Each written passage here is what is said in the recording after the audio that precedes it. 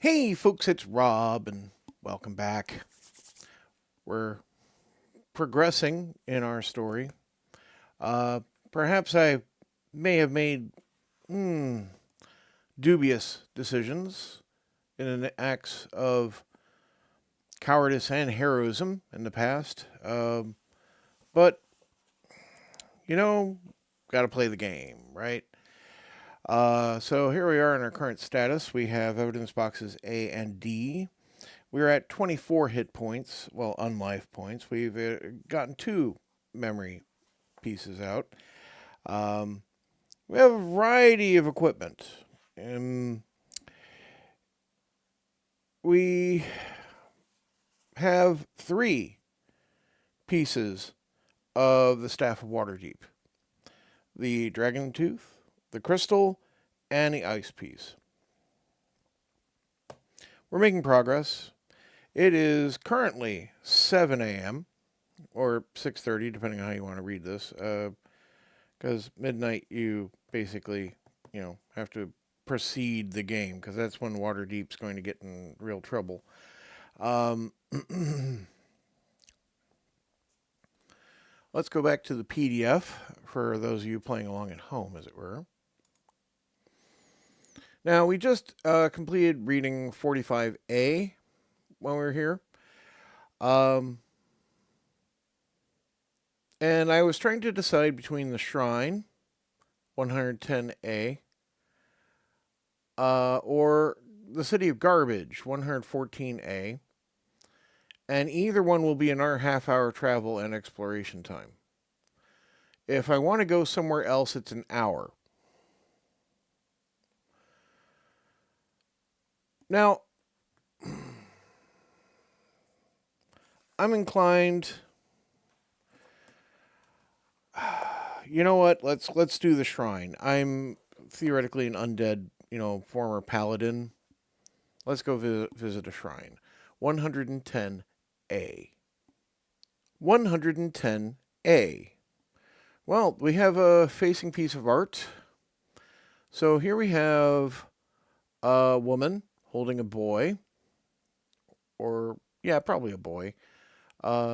Pews, chapel-like windows and arched, peaked arch door.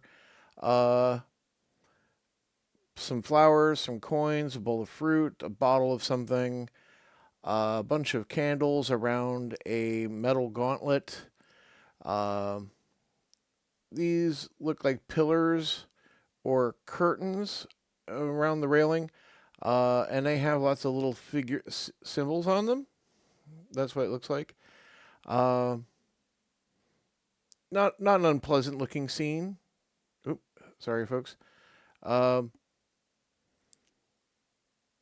as I'm familiar with the Forgotten Realms setting, I have an idea what this is here in the shrine altar. But let's not spoil things. Let's get into it. So 110A. This small temple building looks modest from the outside. You enter and survey the interior. In the main temple, a low railing surrounds an upraised shrine. In the shrine stands a large metal gauntlet. Curtains frame the shrine, once fine draperies now somewhat threadbare and decorated with many dozens of little iron pins, so many that the curtains sag from their weight. At the base of the railing are offerings from the peasants who worship here. If you have been to the shrine before in this adventure, stop reading here and go immediately to 154E. If this is the first time you have been here in this adventure, keep reading. Well, it is. A woman kneels beside the shrine, her garments more rich and exotic than you expect to see in this humble setting. She is dark, delicate, and to living eyes, beautiful, but her face is lined with suffering. Tears roll down her cheek. Every moan that escapes her lips brings you pain. You flinch at her despair. With your undead perceptions, you can see that she is not alive. The dark, elven features, the pain brought on by her voice, a banshee. The spirit of an evil elf woman can kill with her wail, but she doesn't appear evil now, merely mournful. She clutches a young boy about 5 years old, a peasant by his dress. He does not move, but his radiant aura tells you that he still lives. The banshee suddenly opens her eyes and regards you with intense suspicion. She clutches the little boy tighter in protection. "Get out, foul spirit!" she cries. The power of her voice sends a wave of pain washing over you. In the temple, glass panes shatter, the iron pins tremble in their draperies, and your teeth seem to rattle in your mouth. "This is a temple for the living," she says. "It is for me and my son, not for your kind. Begone!" Even the child, unconscious, winces at her cry. The human child the banshee holds cannot be related to her. She is a dark elf. How many years old? Her delusions endanger the boy. You may obey the imperious cry of the banshee and leave, 113F. Attack the banshee, 132C. Or risk trying to comfort her with well-chosen words, hoping for some way to get the child from her grasp, 51A. Or you may ignore her command and look around, go to 47E. Well, let's try, we keep trying to talk to things. It keeps not working out, but we're going to keep trying. 51A. 51A. "Come now," you say soothingly. "You are in no danger here. I am a great warrior. I can protect you and your child. Please tell me why you grieve." She gulps back her tears and looks upon you, confusion and loss in her expression. She looks less a monster than a young elf woman whose life and mind were taken by some calamity. "I am Celisanta," she answers, her terrible voice showing wonder at your interest. "My mate is a great elf warrior. He slays monsters and mocks humans and crafts wondrous jewels. And this is our child." She stares adoringly down at the human boy. "I lost him for so long. One night he was so loud, crying and wailing. I made him quiet. How did I do that? I don't remember." She gazes distantly on the past. And then I lost my child. I searched for him. I looked everywhere for him. Sometimes I found him again, but he would cry, and I would wake him, make him quiet, and I would lose him again." She shakes her head. "I must not lose him again." The sound of the banshee's voice, its power, is painful to you, but you can stand it. The child is obviously hurt. Even in his unconscious state, he moans. The banshee strokes his hair. "Be quiet now, darling," she whispers lovingly. "Mustn't cry." Her delicate fingers move up to grip his throat, squeezing, cutting off his breath. "Mother can't stand it when you cry. Shush now." As you watch in horror, she begins to strangle the human child, despite the tenderness of her features. You cannot do the child any good by talking further. Within moments, he will be dead if you do not act. You draw your sword and bring it to bear on the elf woman. Go to 132C to attack. Well, 132C it is then. I did prepare for a combat this time, so I have a box, one of my dice boxes here. 132C. No use in reasoning with this mad spirit. You raise your sword and move in on the banshee. She leaps up with a hideous wail, full of pain and sorrow rather than hatred, a wail that rattles the roof and shatters more glass. She drops the child, standing before him to protect him, and returns your attack. Due to her wail, subtract 8 from your current unlife point total. Only then can you begin the combat with the Banshee. Use her statistics in the combat table on page 160. On the first through fourth rounds of combat, she uses her claws. On the fifth, she wails again, and you will lose, again, 8 unlife points. Every fifth round after that, she wails again. Oh, God help me if it goes on even longer. If you reduce her to 8 unlife points or less, she wails her misery and despair, doing no more damage to you, and flies with amazing speed out the door. You can hear her crying as she departs. Go to 66C in that event. Now, we have to win. If we don't win, well, first off, the game ends. But secondly, like, the boy dies, right? So, I'm going to switch to the desk cam. There we go. And as you can see, I have this, trusty set of dice off the shelf here. Oh, yep. Well, I can use the blessing. Thank you, Father.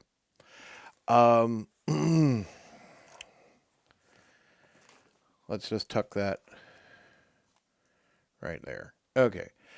But yeah, got a nice lid. We'll continue to use the red D20 off of this set here.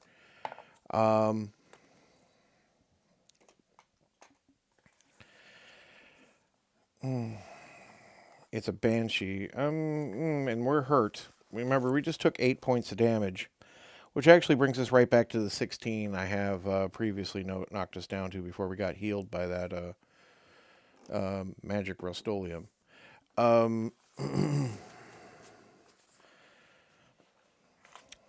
So 160 is the combat table off the back. In fact, we'll have Father Aaron hold on to that for me here.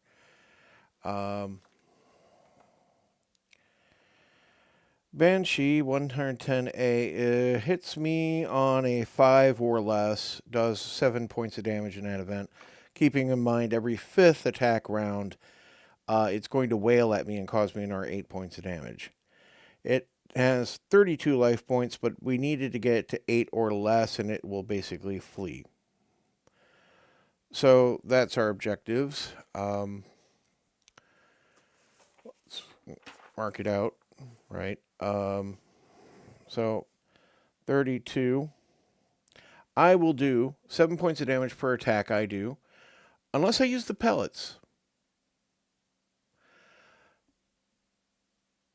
Maybe I should use the pellets for at least, just use them up, but also for my first... I have enough for 3 attacks of 8 points of damage each. And I won't have to worry about actually rolling for myself. I just automatically hit with those. Well, there's a thought. Okay. Use it or lose it, as it were, right?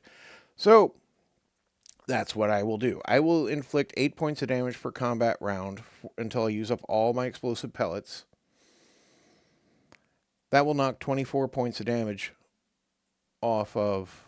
in fact, the last round I could conserve some pellets, but why? I don't see a reason to do so. Unless I just switch to my sword, but then I'm risking an attack. But I do have the lucky charm.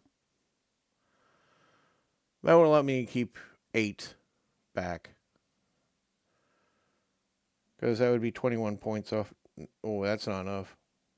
No, I do need to... just do it, Rob. Just do it. Stop second thinking yourself. So, we'll roll for the Banshee, right? 2 will hit me. So that's going to be 7 points of damage. So I'm going to keep track of myself. 16 minus 7 is 9. I can only take 1 more hit.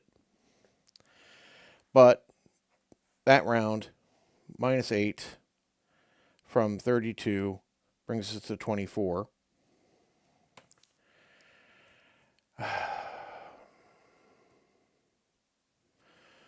Good luck to me.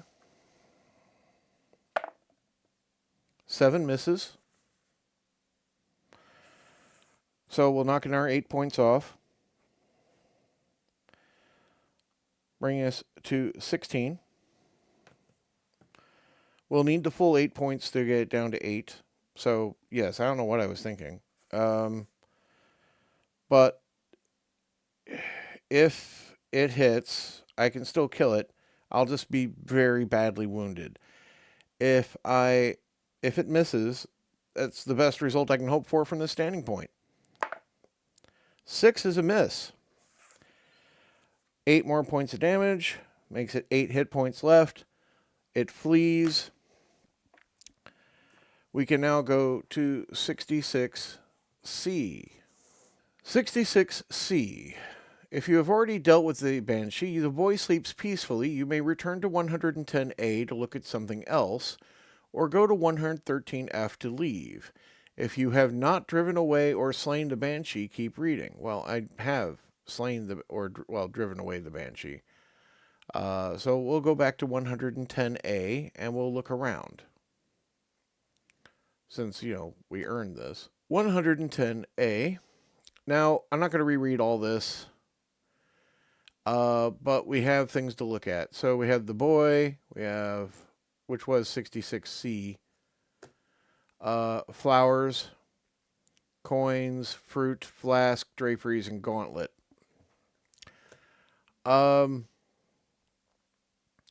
Should I have just read the rest of 66C? I guess so. Well, that's frustrating. Because I was just there. Okay, and then the coins are 67E. We'll do that next after that, right? Okay. Oh, and 66D is the fruit. Right. Let me keep track of this.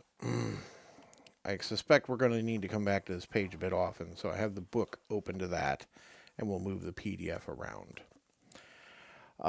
So let's go back to the boy, 66C. Now, on 66C, it says, the boy continues to sleep peacefully. Let's read the rest of the entry, because it does, has the Cerbicule look at the boy, right? Cerbicule, you say, pulling out the shrunken head. Tell me about this boy. The shrunken head sniffs at the child. Name is Hasdur. Has a goat kid. Plays with other children. Zeeps because of effluvium. Where the Banshee grips the boy, well, that part doesn't happen anymore. So we don't need to do any of that stuff. The fruit was 66D, which is on the same page right below it. These are ordinary apples and oranges. The shrunken head smiles and sniffs them. Fresh fruit. Very nice. On an impulse, you bite into the cool flesh of one of the apples. It tastes like wood. You can feel its cool juices trickle down your throat, but its taste is a pleasure for the living, not for the dead. You may take the fruit if you wish. All of it counts as a single possession. Return to 110A to keep looking or leave. The fruit? What am I going to do with the fruit? I'm not taking the fruit. I know. I've been a huge kleptomaniac, picking up everything in the universe, and I just freed up a slot, which I actually do need to strike off all those experimental explosive pellets because they are expended. Which means I have no use for the canteen either. I guess we'll hold on to the canteen until I need room. But, yeah, we're going to leave the fruit. The coins were 67E on the opposite page. The handful of copper coins would be worth a few tankards of beer or loaves of bread in a country inn. You miss the days when you would have enjoyed such simple treats. The Cerbicule pronounces them normal, not enchanted. Left by a mother worried for her son. Has not seen them for many years since he was a child. Was taken aboard ship as a cabin boy, never returned. In spite of the urgency of your mission and the time pressure, you pause for a few moments in silence in front of the coins. You may have passed beyond the joys and sorrows of this world, yet still you are moved by the plight of a stranger. You ask yourself, how dead can you really be? The coins are useless to you. Return to 110A to choose another option, or leave 113F. Well, Now we've covered like the ones that are basically on these 2 pages. Let us go and I mean the flowers are probably just flowers. Still, I have earned the entries, right? 136C for the flowers. 136C.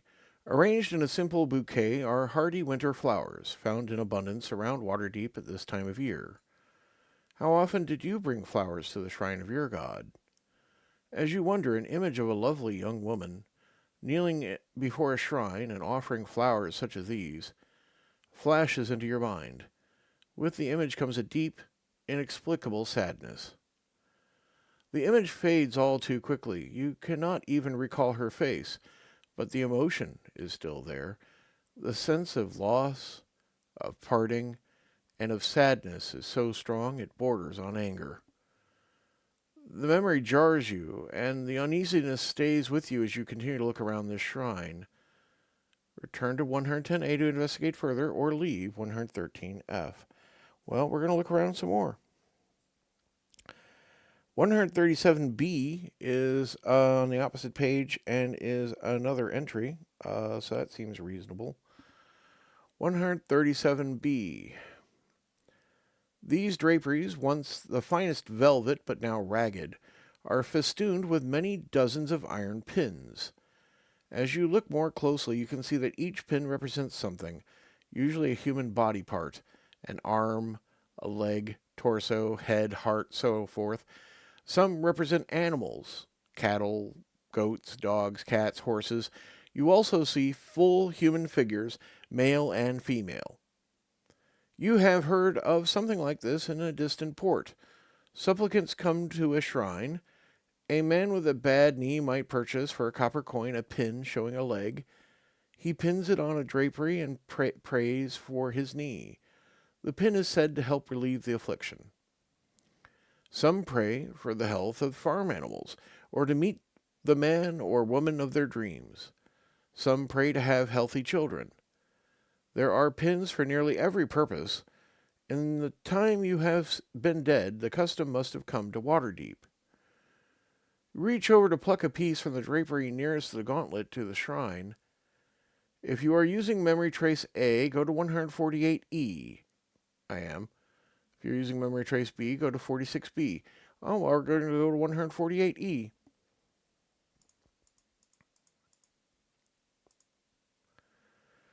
(148E). A soft glow suffuses the temple, and a voice speaks in your mind. The deep voice of Torm, your mentor. Greetings, vassal. I well remember your services to me. Have you behaved as a servitor of Torm in all honor? Open your mind, and I shall see. Have you checked evidence box D on your bookmark? If you have, go to 158A. If not, go to 134A. Well, I guess I get to pay for something now because I do have evidence box D ticked after we cowardly snuck up and ambushed the merman and killed him.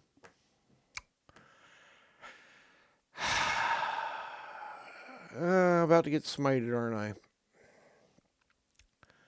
158A. It is.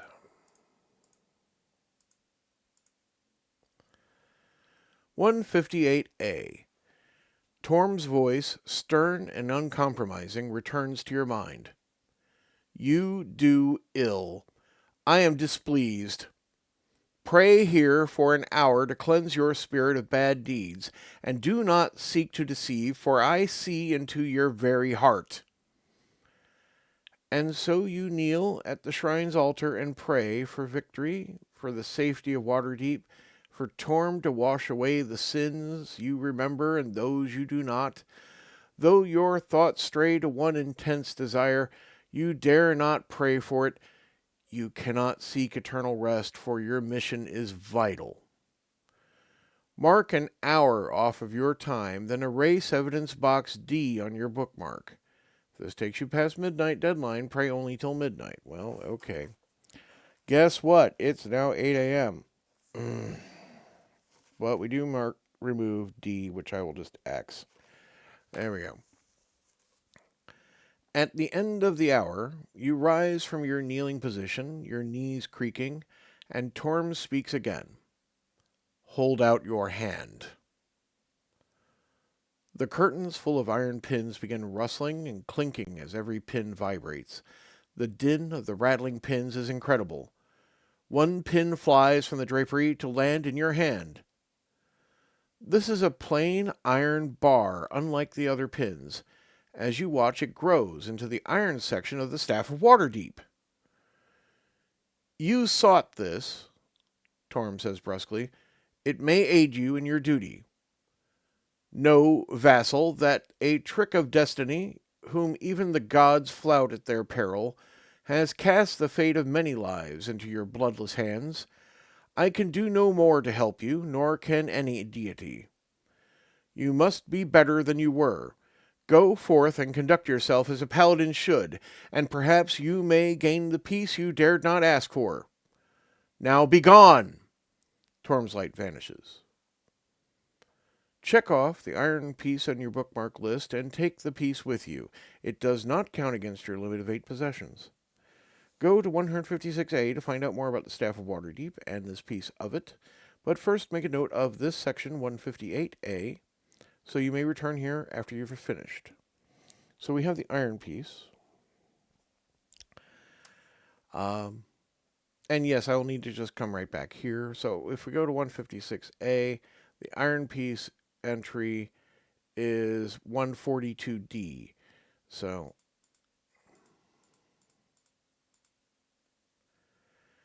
142D, the Cerbicule tells you that when Kelvin Blackstaff Aronson created the staff, it struck him that good comes from people hoping for good things to happen, not to themselves, but to others. Here at the shrine, he found pins offered up by individuals who were pure of heart, generous, and giving. Many of the pins represent a prayer by one person for the health, well-being, good fortune, or recovery of another. These pins Kelvin rendered into this piece of the staff. Return now to the text you were reading, which was 158. A, I believe? Yes. Continuing 158A. Intoxicated by your brush with immensity, you reel away from the altar towards the door. You cannot come back to the shrine. Go to 113F. All right, then. I guess we're done exploring. You stride from the temple. From here you can barely see the notorious city of Garbage, the dumping ground of Waterdeep. You may walk there and look around in a half hour's time. Go to 114A. Or you may mark off an hour to return to the city and then choose some other destination. 82A. Well, let's go to the city of Garbage. Not like I'm not nearly on the ash heap myself with only 9 hit points, which I do need to update on the sheet here. Alright. There we go. But that'll be next time. Thank you very much for your attention today. May you have a great and fantastic day. Goodbye.